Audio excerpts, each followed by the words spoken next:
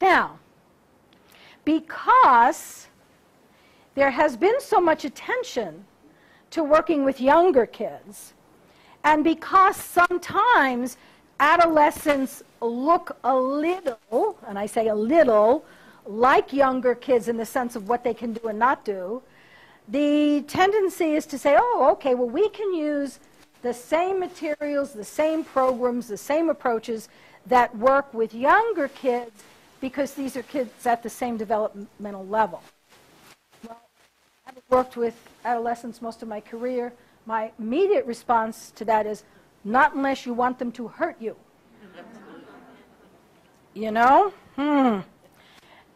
Also, really, we just don't know that these things work.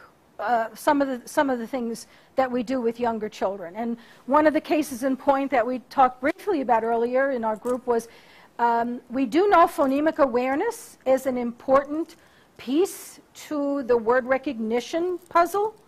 But some of the research that's being done, actually Ginger Berninger in Washington, state of Washington, has done some really interesting work in going more at the morphological level rather than the phonological level in working with adolescents.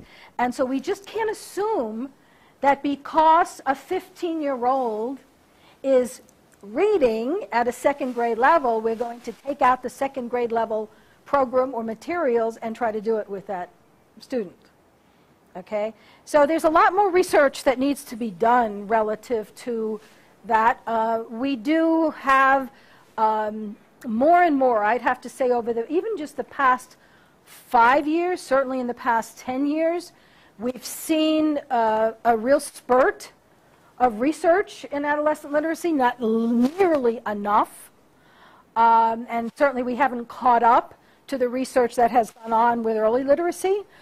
But a lot of that has to do with funding sources for research and where the money is being placed in research.